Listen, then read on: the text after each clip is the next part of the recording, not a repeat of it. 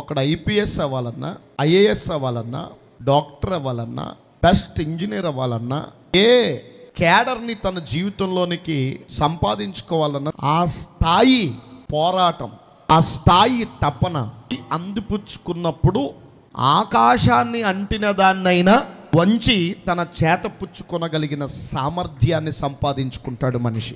పట్టుదల ఉంటే అనేది లేదు అన్నారు. పట్టుదల అనేది చాలా ప్రాముఖ్యమైనది. అందుకే బైబిల్ కూడా ఒక మాట చెప్పుద్ది, ఆసక్తి విషయంలో మాంద్యులు కాక. అంటే ఇప్పుడు పట్టుదల విషయంలో ఎలా మందమతితనంగా ఉండకూడదు, పట్టుదల లోపించకూడదు. పట్టుదల కలిగినటువంటి వ్యక్తులు బైబిల్లో ఉన్నారు.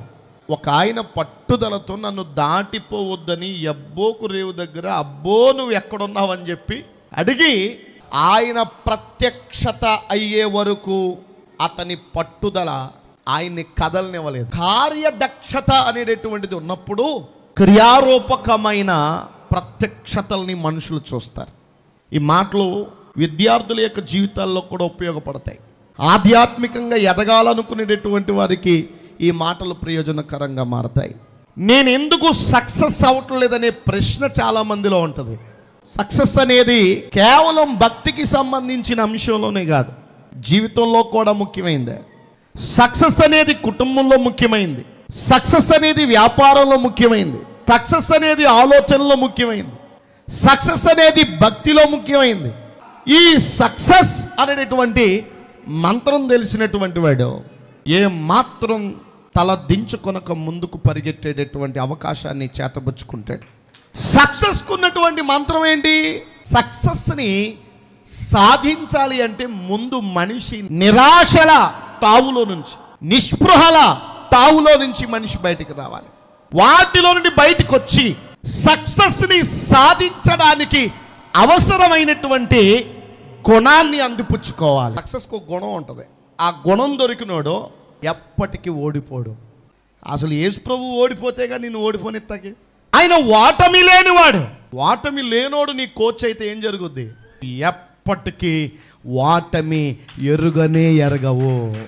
అందుకే కదా దేవుని వాక్యం కూడా చెప్పింది, మీలో ఉన్నవాడు లోకములో ఉన్నవాని కంటే గొప్పవాడు, మీలో ఉన్నవాడు లోకమును జయించినవాడు. నువ్వు ఓడిపోవడానికి లోకంలో ఎన్ని కారణాలు అయితే ఉన్నాయో అన్ని కారణాలు యేసు ప్రభుని ముట్టుకున్నాయి. నేను ఇందుకు ఓడిపోతున్నానండి అని అంటే ఆ కారణం యేసు ప్రభు దగ్గరకు వచ్చింది. కానీ ఆయన్ని తాకాలని ప్రయత్నం చేసి ఆయనకు బహుదూరంగా పారిపోయాయి. కాబట్టి యేసు ప్రభు జీవితంలో ఓటమి లేని జీవితమే ఆయనలో కనబడుతుంది. మరి అలాగైనప్పుడు మనం కూడా ఆయన పిల్లలంగా ఓటమి లేని వారంగా ఉంటామా, ఓడిపోయే వారంగా ఉంటామా? ఓటమి లేని వారంగానే ఉంటాం. మనం ఓడిపోతున్నామంటే ఎక్కడో ఆ నియమాన్ని మనం అందుకోలేకపోతున్నామని దాని అర్థం. టైర్లో పట్టించిన గాలి తెల్లారికి నిలవట్లేదంటే ఎక్కడో ఏముందని గమనించాలి. నేను 4 రోజులు అయిందండి గాలి పట్టించి గాలి తగ్గలేదండి అంటాడు. ఎందుకని? పంచర్ లేదు కాబట్టి. ఏమండి వారానికి ఒకసారి తగ్గిపోతుంది ఆ టైరు, మ్యానుఫ్యాక్చరింగ్ లోపం అంటారు. కాదురా బాబు, మ్యానుఫ్యాక్చరింగ్ లోపం కాదు, అది ఎక్కడో పడింది హోలు అది. అందుచేత ప్రతి ఆదివారం మనం ఇక్కడికి వచ్చి గాలి పట్టించుకుంటున్నాం.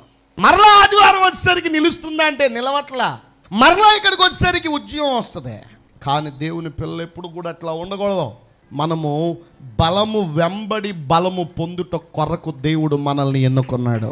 కొన్ని మన జీవితంలో నుండి తీసివేసుకోవాలి. కొన్ని ఉండగా మన జీవితాల్లో విజయాలు మనకి రానే రావు. కొన్ని అభ్యంతరకరమైనటువంటి సంగతులు మన బ్రతుకుల్లో మనం నింపుకున్నప్పుడు మనకొచ్చే మేలును కూడా అవే హరించిపోయేలాగా చేస్తాయి. మీకు కర్పూరం గురించి తెలుసు కదా. కర్పూరానికి ఏం తగలకూడదు? 1 గాలి తగలకూడదు, 2 నిప్పు తగలకూడదు. అంటే గాలి నిప్పు ఈ 2 కూడా దాన్ని కరిగిపోయేలాగా చేస్తాయి. దాని గుణం దాని యొద్ద లేకుండా చేస్తుంది. అందుకే మనము దేవుని యొక్క సన్నిధిలో ప్రతి మేలు పొందడానికి అర్హులంగా ఎంచబడ్డాం.